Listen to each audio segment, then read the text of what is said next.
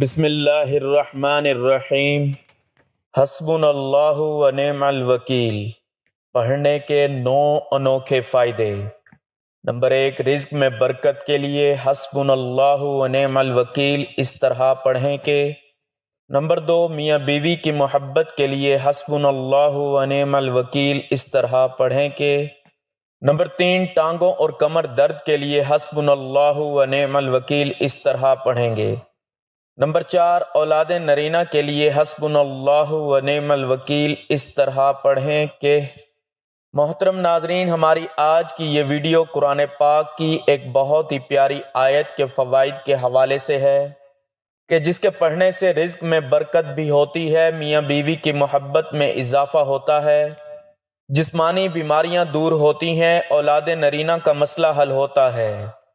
اس آیت کو بتائے گئے طریقے اور ترتیب سے پڑھنے سے آپ کی تمام پریشانیاں دور ہوں گی، بیماریاں ختم ہوں گی۔ اللہ تعالیٰ ناکامیوں کو ختم کر کے انہیں خوشیوں سے بھر دے گا۔ اگر بغور جائزہ لیا جائے تو معلوم ہوتا ہے کہ ان کلمات یعنی کہ حسبنا اللہ و نعم الوکیل میں انسان کی بحیثیت مخلوق عاجزی کے اظہار کا وہ انداز پایا جاتا ہے جو واقعی ایک مخلوق کا اپنے خالق کے سامنے ہونا چاہیے۔ یہی کلمہ انسان کے عقیدہ توحید کو مضبوط کرتا ہے۔ ہماری زندگی کا کوئی کام، چاہے اچھائی کرنا ہو یا برائی سے باز آنا، فائدہ حاصل کرنا ہو یا نقصان سے بچنے کی کوشش کرنا، کسی بھی معاملے میں اللہ کے حکم اور توفیق کے بغیر پیش رفت اور کامیابی ممکن نہیں۔ جس شخص کا اس کلمے کے مطابق اعتقاد بن جائے وہ جنت کے خزانوں کا مالک بن جاتا ہے۔ شدید رنج و غم اور مصیبت میں حسبنا اللہ و نعم الوکیل پڑھنے سے اللہ تعالی رنج و غم دور کر دیتے ہیں۔ اس آیت کے پڑھنے کے اور بھی بہت سے فائدے ہیں، جن میں سے 9 انوکھے فائدے آپ کو آج کی اس ویڈیو میں بتائیں گے، تو اس کے لیے گزارش ہے کہ ویڈیو کو آخر تک لازمی دیکھیے گا تاکہ آپ کو اس آیت کا ورد کرنے سے فوائد حاصل ہوں۔ ویڈیو اگر پسند آئے تو ویڈیو کو لائک اور شیئر کر دیجیے گا تاکہ آپ کی وجہ سے دوسروں کا بھی فائدہ ہو اور آپ کو بھی ثواب حاصل ہوگا۔ ناظرین، اسلامی روحانیات میں بعض اذکار اور دعائیں ایسی ہوتی ہیں جو ہر مسلمان کے دل کو سکون اور اطمینان بخشتی ہیں۔ ان میں سے ایک بے حد عظیم اور جامع ذکر ہے حسبنا اللہ و نعم الوکیل۔ اس عظیم کلمے کا ترجمہ ہے اللہ ہمارے لیے کافی ہے اور وہی بہترین کار ساز ہے۔ یہ کلمہ نہ صرف مومن کی زبان پر جاری رہتا ہے بلکہ اس کے دل کو بھی اللہ تعالیٰ پر مکمل بھروسہ عطا کرتا ہے۔ یہ کلمہ قرآن مجید کی سورۃ آل عمران کی آیت نمبر 173 میں آیا ہے۔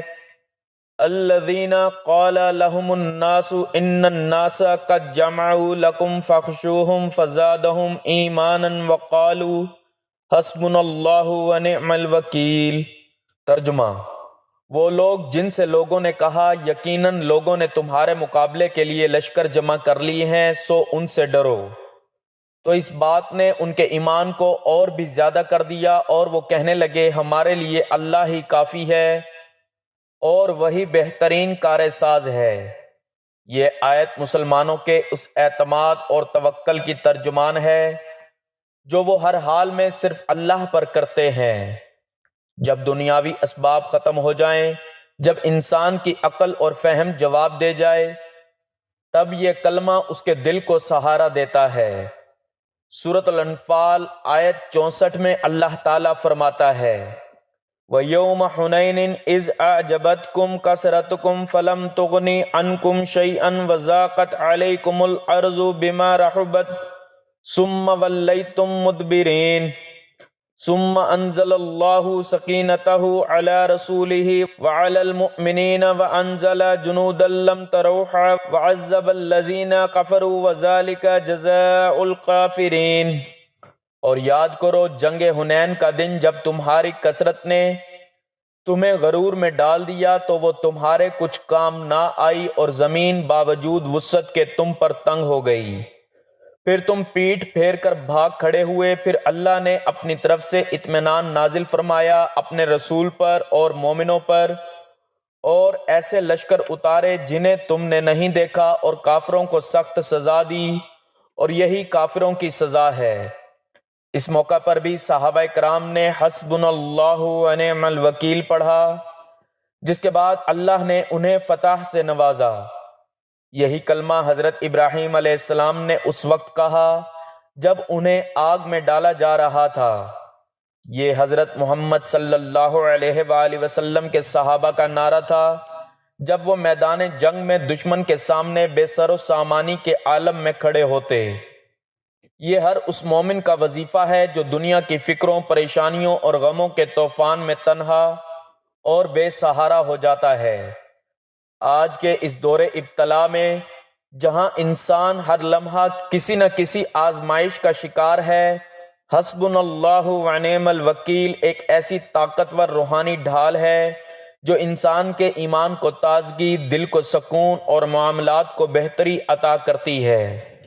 اس کلمے کی تاثیر کا اندازہ اس بات سے لگایا جا سکتا ہے کہ اللہ تعالیٰ نے اسے خود قرآن میں بیان فرمایا، اور نبی کریم صلی اللہ علیہ وآلہ وسلم نے اس کے پڑھنے کی فضیلتیں حدیث میں بیان فرمائیں۔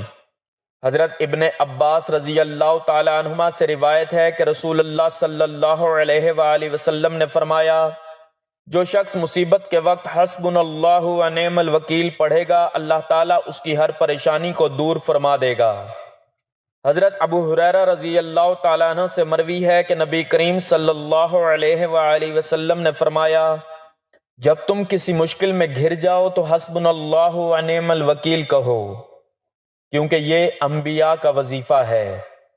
حضرت انس بن مالک رضی اللہ تعالیٰ عنہ بیان کرتے ہیں کہ رسول اللہ صلی اللہ علیہ وآلہ وسلم نے جنگ احد کے موقع پر جب صحابہ پر شدید مصیبت آئی تو آپ نے یہی کلمہ پڑھا، جس کے بعد اللہ نے مدد فرمائی۔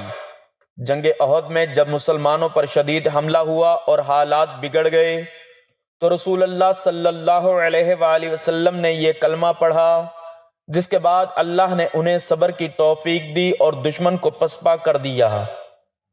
ناظرین، اللہ تعالیٰ پر کامل یقین اور بے مثال اعتماد ہی وہ بنیاد ہے جس پر انبیاء کرام اور اولیاء اللہ کی پوری زندگی استوار ہوتی ہے۔ ان عظیم ہستیوں نے اپنی زندگیاں اللہ تعالیٰ کے حکم کے مطابق گزاریں، ہر آزمائش میں صبر کا دامن تھامے رکھا اور اللہ کی مدد پر کامل یقین رکھا۔ ان کا توکل محض ظاہری بات نہیں تھی، بلکہ ان کے دل و دماغ میں اللہ کی ذات کا ایسا کامل یقین تھا کہ دنیا کی کوئی طاقت انہیں متزلزل نہ کر سکی۔ ناظرین، حضرت ابراہیم علیہ السلام اللہ تعالیٰ کے جلیل القدر پیغمبر اور انبیاء کرام کے سرداروں میں شمار ہوتے ہیں۔ قرآن پاک میں آپ کا ذکر 69 مرتبہ آیا ہے۔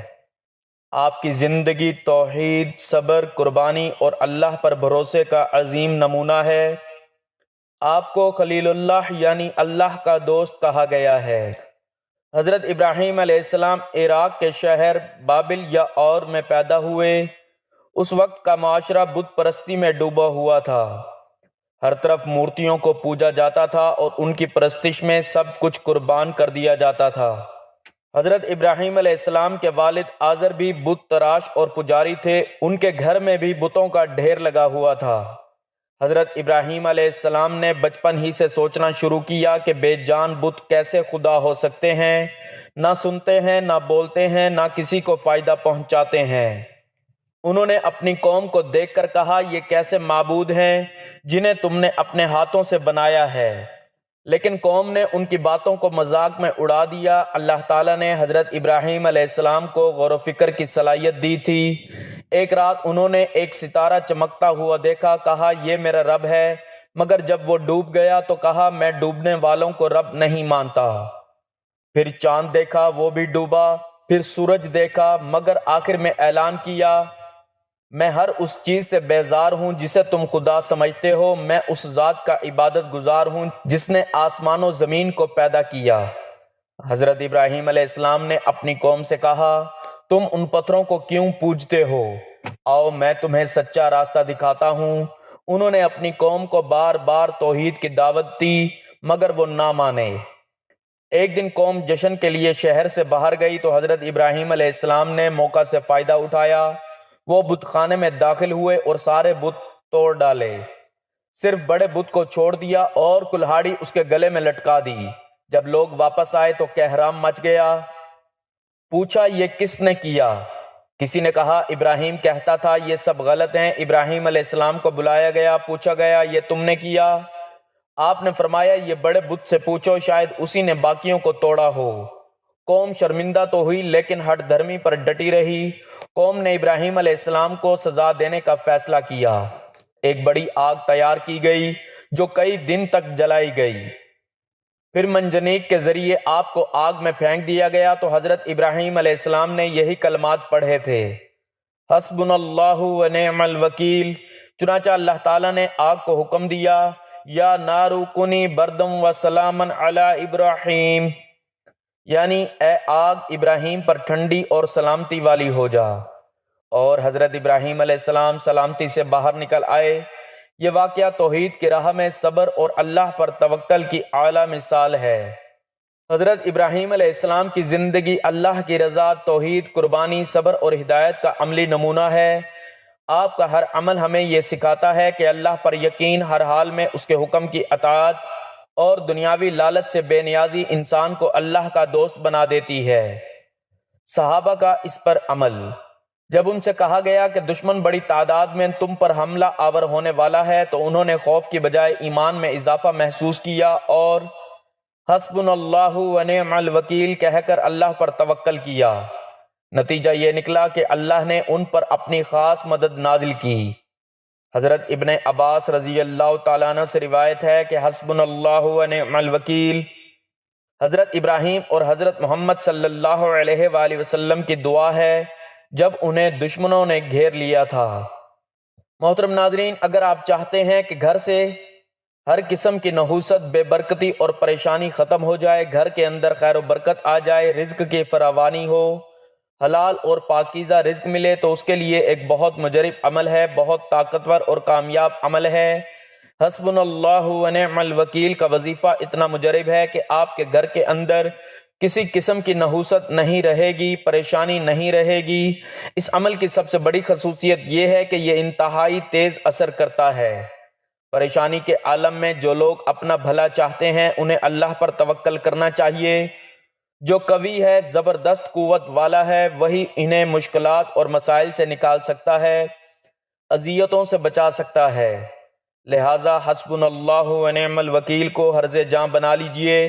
اگر آپ کا مال کم ہو جائے، قرض بڑھ جائے، آمدنی کم ہو جائے تو پکاریں حسبنا اللہ و نعم الوکیل۔ جب آپ کو کسی دشمن کا خوف ہو، کسی ظالم سے ڈر لگنے لگے تو پکاریے اور تمہارا رب کافی ہے۔ نصرت کارسازی کے اعتبار سے اللہ پر بھروسہ کرنا، اس پر اعتماد رکھنا، اس کے وعدوں پر یقین، اس کے ساتھ حسن ظن رکھنا، اس کے فیصلوں کو مان لینا، یہ یقین کرنا کہ وہ آسانی پیدا کرے گا، یہ چیزیں ایمان کے بڑے ثمرات اور اس کی بہترین صفات میں سے ہیں۔ محترم ناظرین، یہ تسبیح یعنی حسبنا اللہ و نعم الوکیل اس قدر کمال روحانی تاثیر کی حامل ہے کہ جو دنوں میں انسان کے ایسے راستے کھول دیتی ہے کہ اسے کسی چیز کی کمی نہیں رہتی۔